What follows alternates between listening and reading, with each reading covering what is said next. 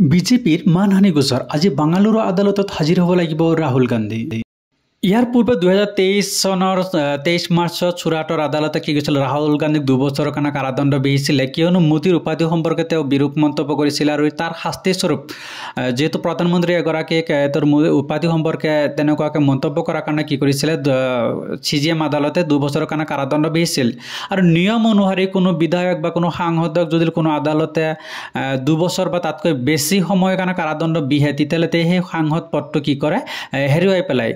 কিন্তু ৰাহুল গান্ধীৰ লগতো সেইটোৱে হৈছিল। তাৰপিছতো কি কৰিছিল, উচ্চতম ন্যায়ালয়ে ৰাহুল গান্ধীক সেই শাস্তিৰ পৰা সকাহ দিছিলে। আজি 7 জুন শুক্ৰবাৰ তেখেতৰ যি বিজেপিৰ বিৰুদ্ধে যি মানহানি গোচৰ আছিলে, ৰাহুল গান্ধীক হাজিৰ হ'বলৈ কৈছে।